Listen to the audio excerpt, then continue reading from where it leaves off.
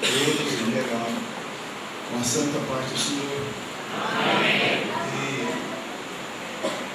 manifestar a minha satisfação em voltar a Paulinha. Eu já morei aqui em Campinas há 2 anos, na época que a ECAD iniciou o curso piloto, que hoje prossegue em todo o Brasil, em todos os países do mundo. E temos saudades. Para mim, Paulinha, em Campinas, de tão próximo que são, parece a mesma cidade. De modo que conhecendo de fato o pastor Edivaldo há muito tempo, é também uma satisfação imensa. A minha esposa veio comigo, nós ficamos no hotel. Ela, 11 meses atrás, sofreu um acidente, ainda está se recuperando. Eu creio que uma noite ela virá. E sobre os outros dias que nós vamos ministrar, eu sugiro que o pastor Edivaldo, no fim do culto, informe para os irmãos, porque nós vamos continuar o assunto amanhã, segunda-feira, à noite, terça também e quarta também. E o trabalho que eu vou efetuar para Deus, hoje, segunda, terça e quarta, é o estudo doutrinário, o estudo de uma doutrina da Bíblia. É claro que o tempo não vai dar, mas a gente informa que é problema de tempo. É um estudo doutrinário sobre a doutrina da fé. A doutrina da fé é um assunto primordial, é um assunto prioritário para o cristão. É um assunto essencial, é tanto que a Bíblia diz: o justo viverá da fé. É um estudo doutrinário. Doutrina é um dos campos de estudo da Bíblia, aliás, o mais vasto. A Bíblia encerra pelo menos 5 grandes grupos de estudos bíblicos. Estudo bíblico doutrinário, que são as doutrinas, graças a Deus, que são doutrinas para todas as necessidades da alma humana. Eu não vou desenvolver esse ponto, porque precisamos às 9 horas, do horário habitual, encerrar a mensagem de hoje. Mas um segundo grande grupo de estudo bíblico é estudo bíblico devocional. E o nome já está dizendo. São estudos para aprofundar a fé cristã, para levar o crente à renovação espiritual. Enfim, devocional. Mas há um terceiro grande campo de estudo da Bíblia, que é o estudo bíblico ministerial. E o nome já está dizendo tudo. O Santo Ministério é um campo rico, imenso, que vai do Antigo e cobre o Novo Testamento. Eu não sei até que ponto você conhece estudos bíblicos na área ministerial. E nessa segunda, na devocional, e na primeira, o campo doutrinário. Mas há um quarto grande grupo de estudos bíblicos, que é o estudo bíblico chamado ocasional. Ou seja, depende da ocasião. É também conhecido como estudo bíblico eventual. É pena que numa hora dessa eu não posso olhar para os meus colegas da plataforma e nem vou pedir que mudem. Mas como eu gostaria de falar vendo o rosto dos irmãos, mas tem que ficar de costa, é questão do culto, né? Uma hora dessa não há condição de pedir que os irmãos mudem aqui para frente, mas saiba que eu estou falando também com o Santo Ministério. Então, um quarto grande grupo de estudo é o estudo bíblico ocasional. De repente você é convidado, por exemplo, para trazer uma mensagem no Dia das Mães. O que você vai falar? Imagine se o pastor disser: traga uma mensagem da Bíblia. Imagine se eu fosse demorar aqui para citar uns 10 ou 20 ou 50 casos. E a Bíblia tem. Imagine se de repente um templo vai ser inaugurado. Eu venho trazer uma mensagem. Que mensagem você vai pregar? É um grande campo de estudo bíblico. Mas há um quinto grande grupo de estudo bíblico, que é um campo chamado temático, e já está dizendo tudo.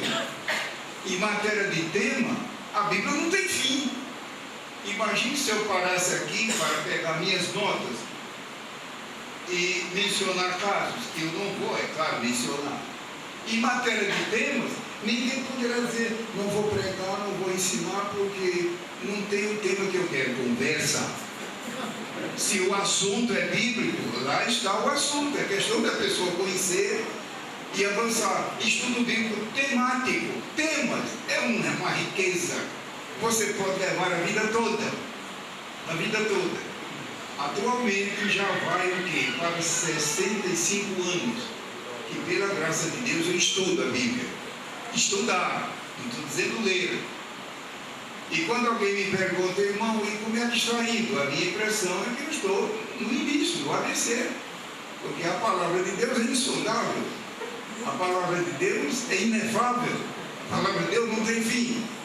Este assunto que nós vamos ministrar um pouquinho hoje, e amanhã, segunda, e terça, e quarta, eu sugiro que o pastor Edivaldo oriente os irmãos onde será amanhã, e na terça e na quarta, se você puder, acompanhe-nos. Mas é a doutrina da fé. Da fé. Eu trouxe comigo uma pequena quantidade de sumário. Não é explanação. Sumário. Um sumário. Se os irmãos quiserem depois adquirir, eu sugiro que o pastor Edivaldo oriente. Como é que os irmãos adquirirão esse material? Mas é um sumário da doutrina da fé. Mas se você trouxe sua Bíblia, pode, caso não tenha trazido, não tem problema, fique atento aqui ao microfone, porque nós vamos ser breve devido ao horário. Temos ainda um pouco mais de meia hora e vamos prosseguir. Vamos tomar duas passagens da Bíblia como ponto de partida. Mas é um estudo bíblico. E Jesus salva durante o estudo bíblico. Lá no Salmo 51, a Bíblia diz: ensinarei aos transgressores os teus caminhos, e os pecadores se converterão. Está escrito, creia nisso.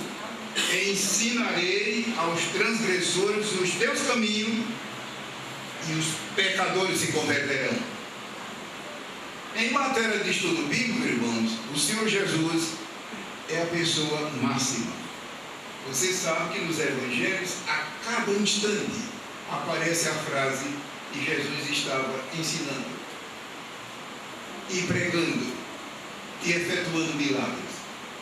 Aparece a cada instante, inclusive naquele momento que ele foi preso, lá no final do seu ministério terreno, ele disse: eu estava convosco todos os dias no templo, pregando e ensinando.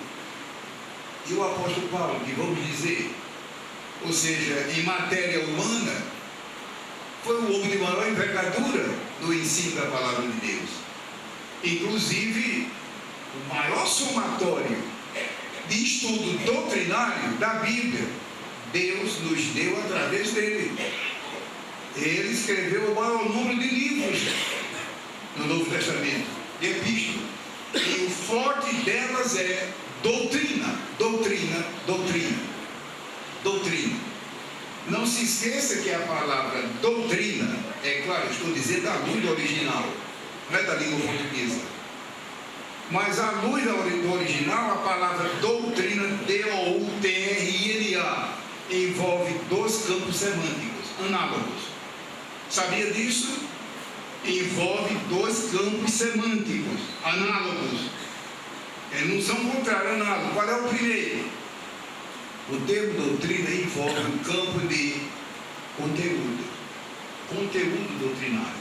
Ou seja, se você vai ensinar, você tem conteúdo, conteúdo organizado, extraído da Bíblia, senão vai ensinar o quê?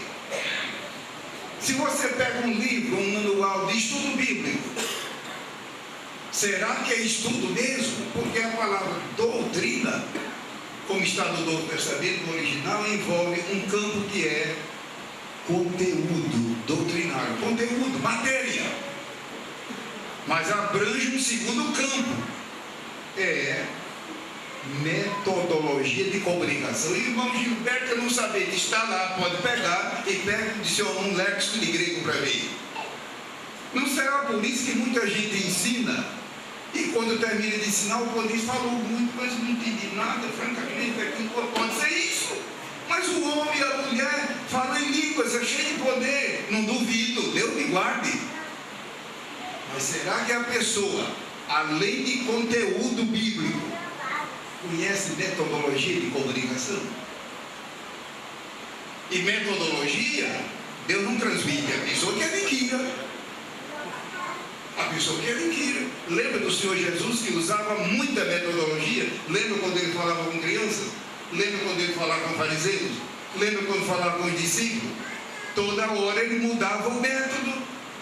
Então não se esqueça, irmão e irmã, se você lê, estuda, ama, divulga a doutrina do Senhor, falada, escrita, não sei. Aqui um auditório seleto como esse, deve haver gente aqui que conhece a palavra de Deus a fundo do lado doutrinário. Mas você sabia que o termo doutrina envolve dois campos semânticos análogos. Um deles é conteúdo, ou seja, quem vai ensinar terá que ter conteúdo extraído da Bíblia. Mas como? Ordenado, organizado, desdobrado, porque é ensino. Mas há um segundo campo envolvido na palavra doutrina: metodologia de comunicação. Aí eu julgava que metodologia era uma coisa puramente colocada pelos preletores. Nada, está incluso na própria palavra. Eu estou vendo o interesse dos irmãos, mas o tempo passa num instante. E só temos agora meia hora. Então vamos tomar a Bíblia. Ou então fique atento ao microfone para a leitura de Hebreus, capítulo 11. Eu creio que o irmão sabe, o capítulo 11 de Hebreus, ele todo é voltado para a fé. Uma maravilha. É claro que eu vou ler apenas um versículo, Hebreus, capítulo 11. Mas quem conhece a Bíblia sabe que o capítulo todo é uma maravilha sobre isso. A fé posta em ação. Então o versículo primeiro diz: ora, a fé é o firme fundamento. Deus sabe que há pessoas teimosas e incrédulas e diz firme. Será que não bastava Deus dizer fundamento? O que é fundamento? Alicerce, base. Mas Deus sabe, Deus tem misericórdia dos fracos. Ele é um firme fundamento. Você já tinha visto isso na Bíblia? A fé não é apenas fundamento, é firme, é inabalável, como a irmã cantou aqui durante o hino. Inabalável. A fé, é claro, irmãos, que eu estou falando aqui de fé bíblica. Pode ver que eu estou usando um pleonasmo, mas estou usando a propósito, para ninguém confundir com fé humana, que é melhor dizer crença. Eu não estou debochando de fé humana, Deus me guarde, eu preciso, e você também. Mas fé humana é de mim para comigo e de mim para com o meu próximo. Eu não estou falando disso. Eu estou falando de fé em relação a Deus, no sentido vertical. A fé como atributo comunicável de Deus. Deus tem atributo que Ele não comunica a ninguém. Ele diz, por exemplo, a minha glória não darei a ninguém. É tanto que toda pessoa que se mete a querer a glória de Deus termina em nada e muitas vezes até fulminado. Assim está escrito. Agora, a fé, veja que maravilha, Deus, Ele comunica a fé. Esta noite aqui nós somos salvos por causa dessa maravilha, que a sua fé, inclusive manifestada em Cristo, tem sido essa bênção salvífica. Completando a leitura. Ora, a fé é o firme fundamento das coisas que se esperam e a prova das coisas que se não veem. Eu não vou demorar aqui, é só leitura. Mas aí o versículo 2 e o 3 é uma bênção daí para frente. A segunda leitura, como parte da abertura desse estudo, lembre-se que o nosso assunto é a doutrina da fé. E que a fé é essencial. Ou seja, sem fé é impossível agradar a Deus. Até a pessoa pode obedecer com medo, mas agradar, que depende de amor, é impossível. Outra segunda leitura, que é 1 Pedro, primeira epístola. A doutrina da fé. 1 Pedro 1, dos versículos 5 e 9. Primeira epístola, eu estou repetindo, porque quem sabe, se não tem irmãos que estão acompanhando com a Bíblia mesmo, e muitas vezes numa primeira menção não cabe, mas capta na segunda menção. Na pregação eu não teria a obrigação de fazer isso. A pregação é outro ministério. 1 Pedro, capítulo 1, os versículos 5 e 9. O 5 diz assim: que mediante a fé estás guardado na virtude de Deus. Então quem é que vai poder nos arrancar e levar a pessoa para se desviar? Pela fé estás guardado no poder, na virtude de Deus. E o poder de Deus é imensurável. Você bem sabe, aqui em Paulínia, a minha impressão é que aqui em Paulínia, devido a ser uma cidade tão rica, deve todo mundo aqui ser milionário, não é possível. Então, quando o seu dinheiro aumenta na sua casa, você vai colocar onde? Num banco, porque no banco existe uma certa garantia. No banco. E veja aqui eu usando de figura. E aonde está a segurança do crente? No poder de Deus, diz aqui, na virtude de Deus. Então ninguém pode nos vencer, porque é Deus que nos guarda pelo seu poder, mas mediante a fé. A fé é o meio, é o vínculo, ou seja, a única moeda, usando entre aspas, que Deus aceita no céu, é a fé. Concluindo a leitura, mediante a fé, estás guardados na virtude de Deus. Ao pé da letra, aqui é a palavra virtude, aqui é poder. Poder de Deus. O poder de Deus é imensurável. Fique firme esta noite. Quem sabe se não tem pessoas dizendo assim: minha gente, se acontecer outro problema comigo, não vou aguentar, eu vou sair da igreja. Crê nisso aqui em 1 Pedro 5. Guardados no poder de Deus. Quem pode nos vencer? Ninguém. Deus é soberano em todos os sentidos, mas existe um vínculo, a fé. Ah, mas eu tenho fé. Mas é fé bíblica? É fé como atributo de Deus? Eu não sei. Quem sabe se não é fé natural? Se é fé natural, Deus não aceita. A fé natural é só no sentido horizontal, só no sentido humano. Prosseguindo, versículo 5. Mediante a fé, estáis guardados no poder de Deus para a salvação, já prestes para se revelar no último tempo. Lembre-se que salvação aqui é salvação no sentido pleno, ou seja, a gloriosa salvação que temos em Cristo. Não é só esse tanto maravilhoso que você já tem. Certamente aqui no auditório, quem sabe, 95, 99% não são salvos, e certamente perdoados. O nome escrito no livro da vida, nascido de novo, firme na fé, esperando a Jesus, batizados com o Espírito Santo, quem sabe, enfim, meu querido irmão, minha querida irmã, a salvação não é só esse tanto, é muito mais do que você imagina. E daqui a pouco, quando Jesus vier, é que nós vamos experimentar as grandezas da salvação. Já estaremos livres da carne, estaremos livres dos demônios, do diabo, estaremos livres do mundo. Não é mundo no sentido de globo terráqueo, é mundo no sistema de vida. Estaremos livres de doenças, dos inimigos e até de crente que não tem o que fazer, perturba a vida do outro. Tem crente que não tem o que fazer, perturba os outros. Estaremos livres também. É só escutar a Bíblia com cuidado. Meus irmãos, já pensaram? Os irmãos lembram que lá em Efésios, Deus deu a Paulo uma revelação que eu fico pensando, meu Deus, como aquele homem deve ter vibrado de alegria. É tanto que no Novo Testamento, há vários trechos que no original estão em forma musicada, metrificada, e na tradução a gente perde.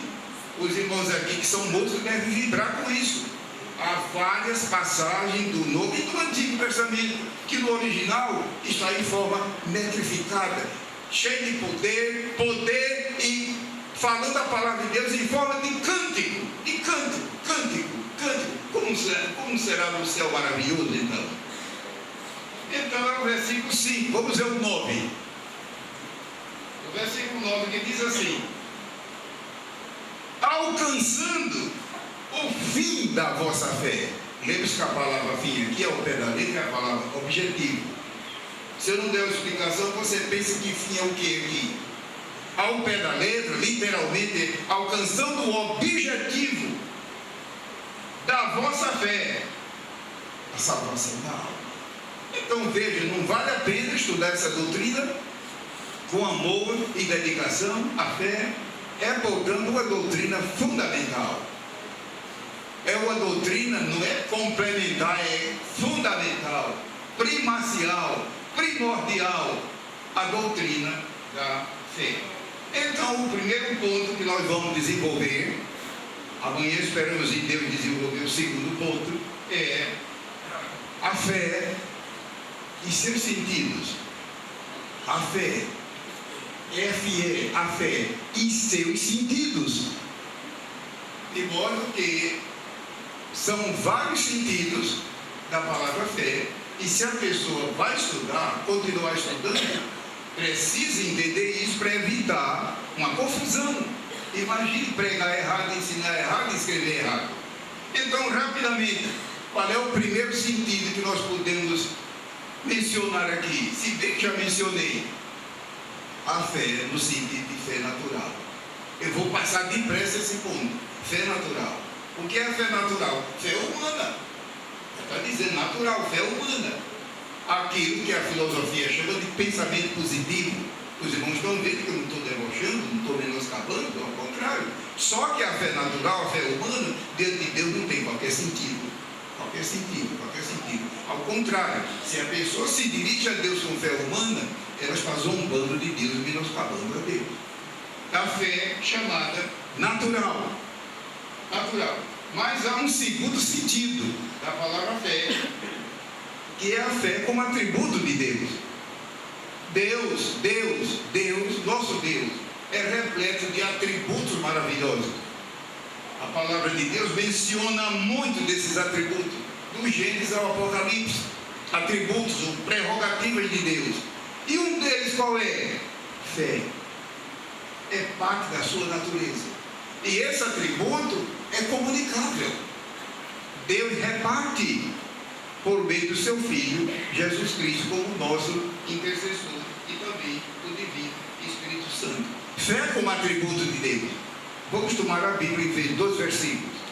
É claro que a Bíblia tem dezenas, mas é meu dever, se é estudo bíblico, citar pelo menos 2. A Bíblia diz: pela boca de 2 ou 3 testemunhas, toda a palavra será confirmada. Se você lida com doutrina, não se esqueça desse ponto. Qualquer doutrina da Bíblia, ela está baseada em uma série imensa de referências bíblicas, mas não apenas numa só, em muitas. Então, apenas 2 referências. A fé como atributo de Deus. Vamos tomar Hebreus, onde nós estávamos há pouco, o versículo 2, 11, versículo 2. 11, versículo 2. 12 e versículo 2. É 12 de Hebreus, desculpa. Eu disse 11. 12 e versículo 2 de Hebreus. Olhando para Jesus, autor e consumador da fé, atributo de Deus, autor e também consumador, ou seja, aquele que aperfeiçoa. Às vezes a pessoa tem fé, mas é uma fé mista. Muitos crentes sofrem nesse sentido, às vezes, coitado, por falta de discipulado, descuido, frieza, não sei. A fé muitas vezes é mista e essa pessoa tem que ficar alijada disso, porque senão a fé fica sufocada. Então o versículo 2 diz: olhando para Jesus, autor e consumador. É uma bênção que não somente ele é o autor, mas ele aperfeiçoa a fé. E aqui no auditório deve ter muitos exemplos desses. Ou seja, imagine como era a sua fé há 8 anos atrás, 18 anos atrás, 30 anos atrás. E se você tem sido cuidadoso, dedicado e consagrado a Deus, estudioso da Bíblia, como é que está hoje a fé? Maravilhosa. Olhando para Jesus, autor e consumador da fé, o qual, pelo gozo que estava proposto, estou interrompendo a leitura. Uma segunda referência, vamos tomar Apocalipse. Os irmãos que estão sem a Bíblia, não tem problema, fique atento ao microfone. Você já viu que estudo bíblico é preciso muita atenção, porque o ministério da pregação, a pregação ungida, a pregação genuína, a pregação que vem por Deus, ela apela primeiramente para as emoções da alma, para levar o ouvinte a uma convicção pelo Espírito Santo. O Espírito Santo convence do pecado, da justiça, do juízo. E então a pregação ungida, ela leva o ouvinte, se ele abrir o coração para a luz entrar e o Espírito Santo agir, leva aquela pessoa a uma convicção e a uma decisão. O ensino não. O ensino apela para a lógica, para a razão, como quem está colocando uma coisa na balança para saber se pesa mais para lá ou para cá. Então, se a pessoa não ficar atenta, não aprende. Eu não estou dizendo que na pregação a pessoa desatenta seja atingida, mas no ensino isso aí é muito mais importante, a atenção. Os irmãos se lembram que nos evangelhos aparecem vários casos de Jesus ensinando, e chegava um momento que ele chamava os discípulos à parte. E Mateus cita vários casos, chamou os discípulos à parte, tirando do meio da multidão, no sentido de concentrar a atenção deles. Vamos ver a segunda referência, de fé no sentido de atributo de Deus. Então, em Hebreus 12:2, é fé em que sentido? Fé como parte da natureza de Deus. Ou seja, se alguém com temor de Deus procurasse definir o que é Deus, quem é Deus, de que é que Deus é constituído, a fé é parte desse assunto, a fé. Essa de Hebreus 12 e versículo 12. A segunda referência é Apocalipse, capítulo 2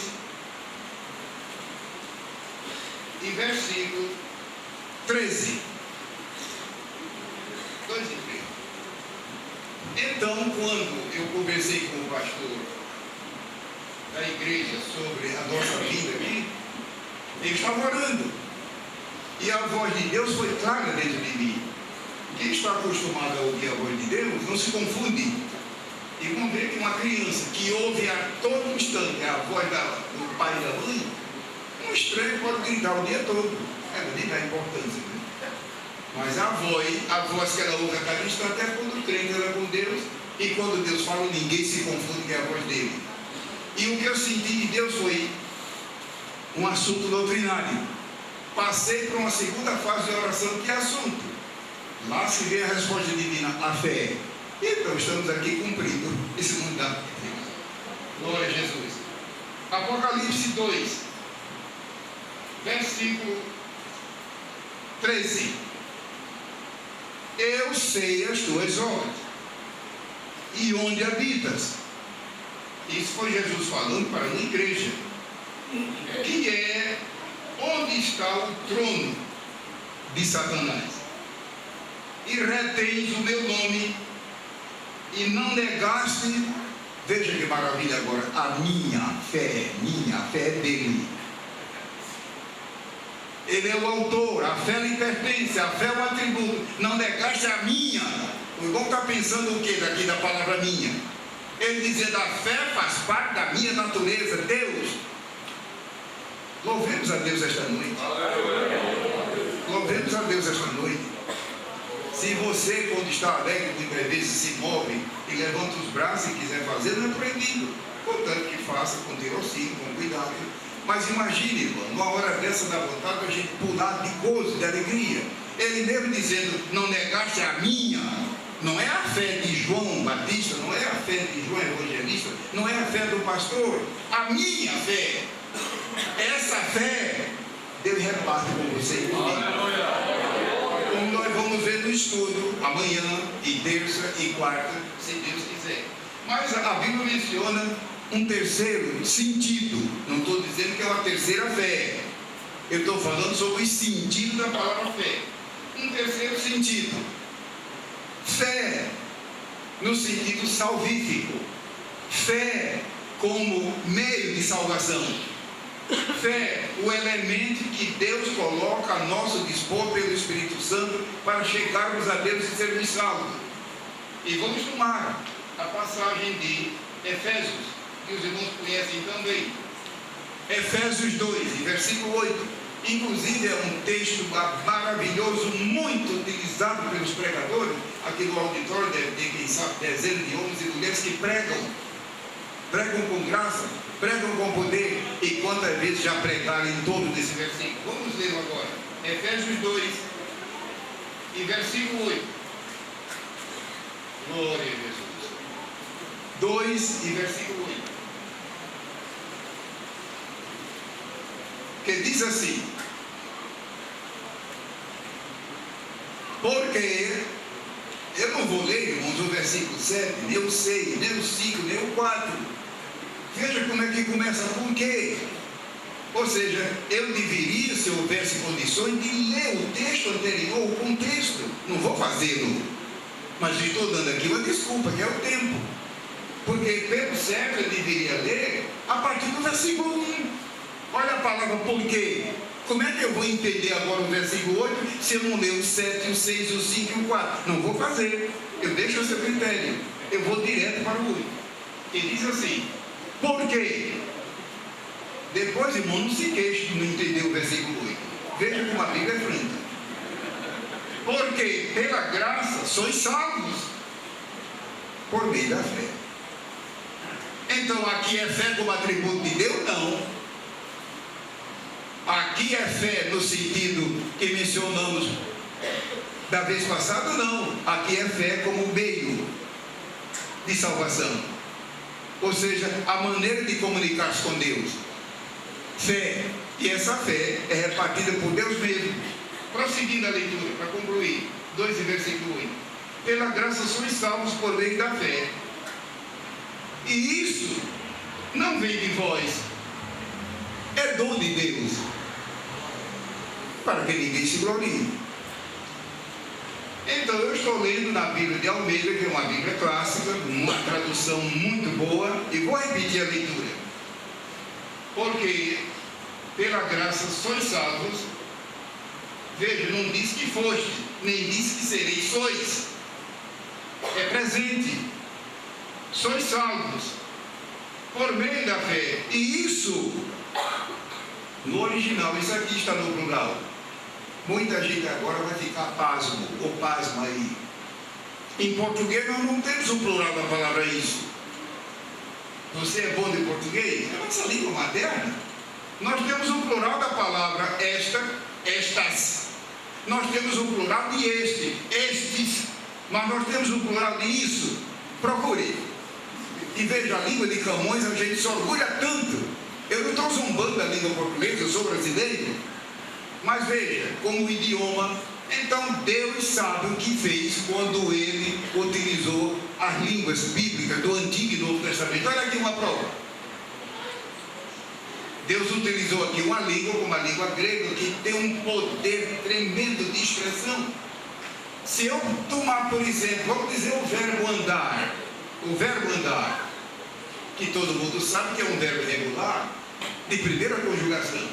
Se você pegar uma gramática expositiva e somar todas as flexões dos tempos simples e compostos, pode ver que vai dar 69. E se você pegar esse verbo no grego, 464 vezes. Então você está vendo que a Bíblia não tem fim. E graças a Deus por isso. Ou seja, nunca a Bíblia envelhece, nunca perde a sua força. O mesmo verbo, se você tomar no original, 400 e tantas vezes. E aqui está uma prova. A palavra isso aqui no original está no plural. Deus dizendo que tanto a fé como a graça vem de Deus para ninguém se gloriar. Tanto a fé, porque veja o versículo como diz: pela graça sois salvos por meio da fé. E isso, quer dizer, tanto a fé como a graça, isso abate todo orgulho humano. Que o homem e a mulher adora dizer que faz alguma coisa para se salvar. É promessa, é não sei o que. Eu estava há poucos tempos em Portugal. Eu vou anualmente a Portugal. Aqui deve ter irmãos portugueses. Portugal, e amo muito aquele povo. E dessa vez eu fui visitar a Catedral de Fátima, que todo mundo sabe que é um centro de peregrinação. Aqui deve ter muita gente. Viajar para os irmãos aqui de Paulista não é novidade, porque passagem para os irmãos e avião, e tem gente aqui que tem avião sobrando, só até piloto. Eu estava então em Fátima. E quando eu chego ali e encontro aquele pátio, um pátio que sem exagero, quem já foi lá já viu. O pátio cabe mais ou menos 1 milhão de pessoas. É uma coisa imensa. E eu fiquei curioso com um homem andando ajoelhado. E outra coisa, sem nada para proteger o joelho sangrando. Eu cocei a cabeça e disse: não é possível, meu Deus, como é que corre uma coisa dessa? Ele dava umas passadas ajoelhando, não aguentava de dor, se levantava, enxugava o sangue.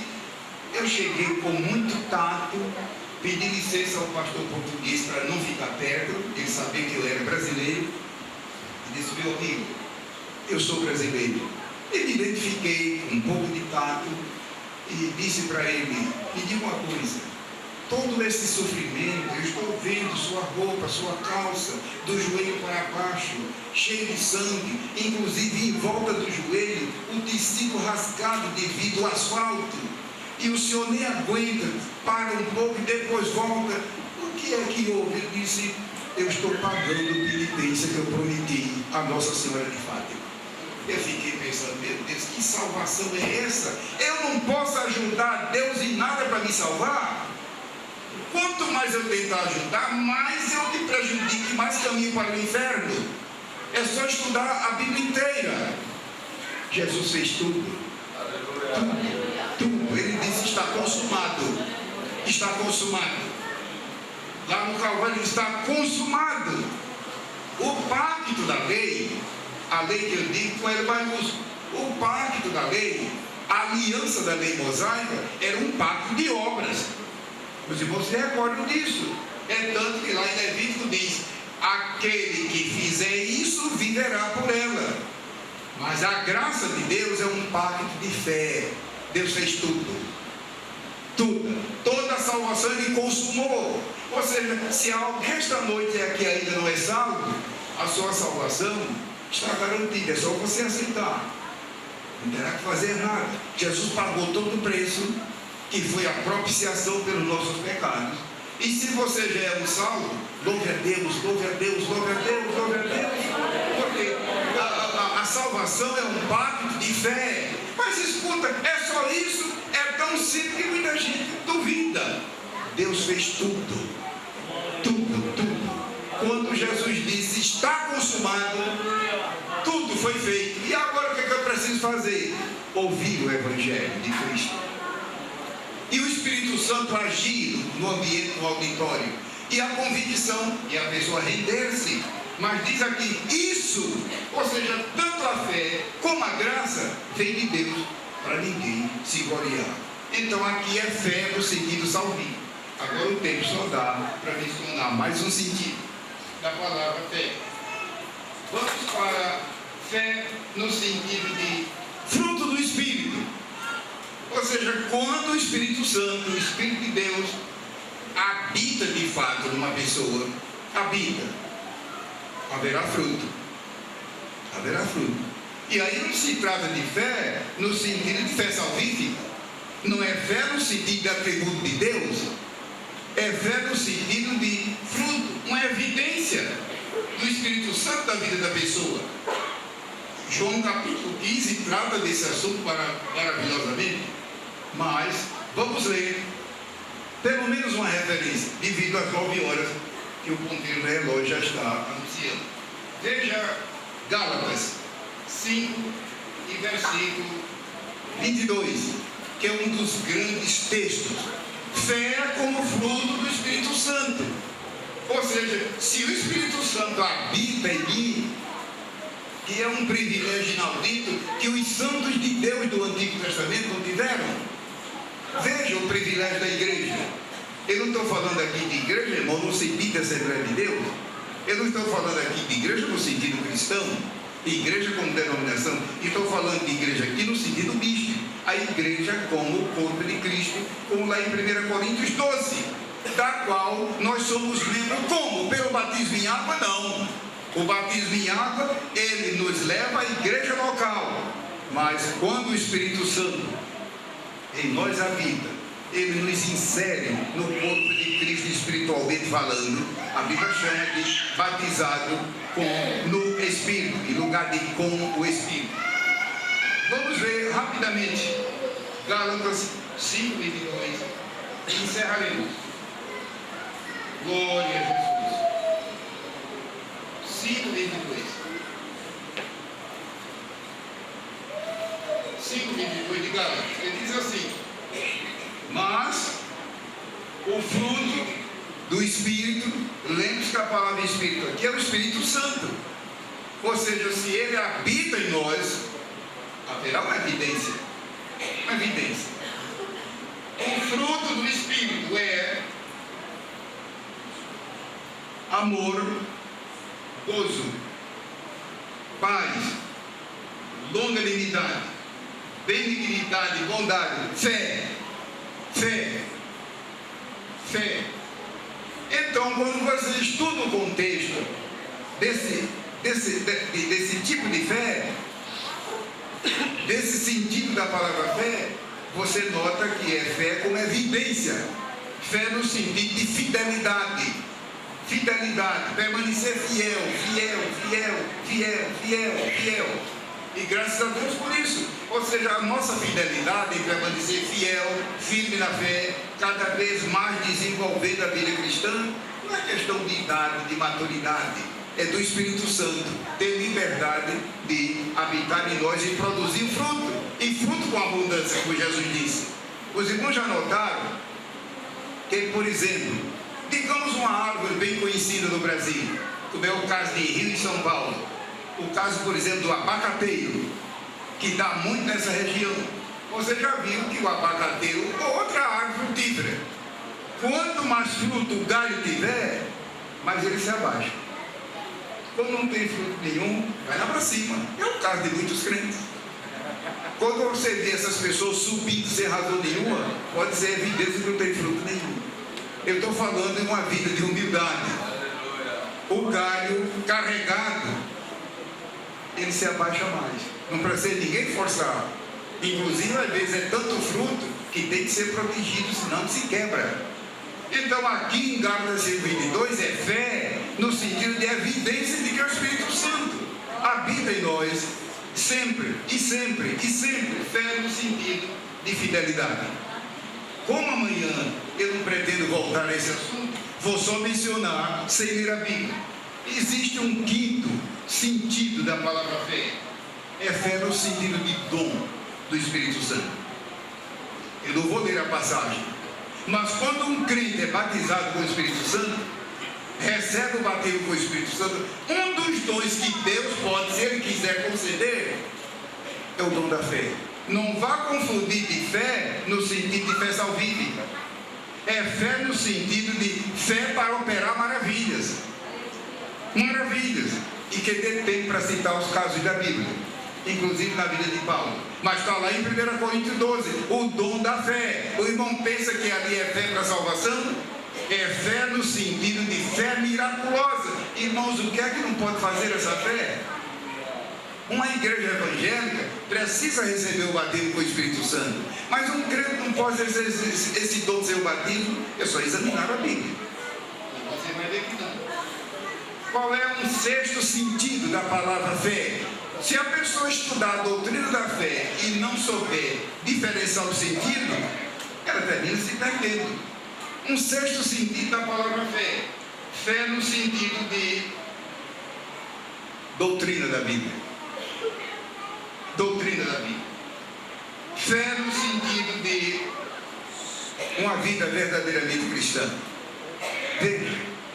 Uma vida verdadeiramente cristã, um modelo de vida cristã, a Bíblia chama de fé. Eu estou vendo os irmãos curiosos, mas não me peça que eu não vou ler referência. Vamos respeitar o horário do culto.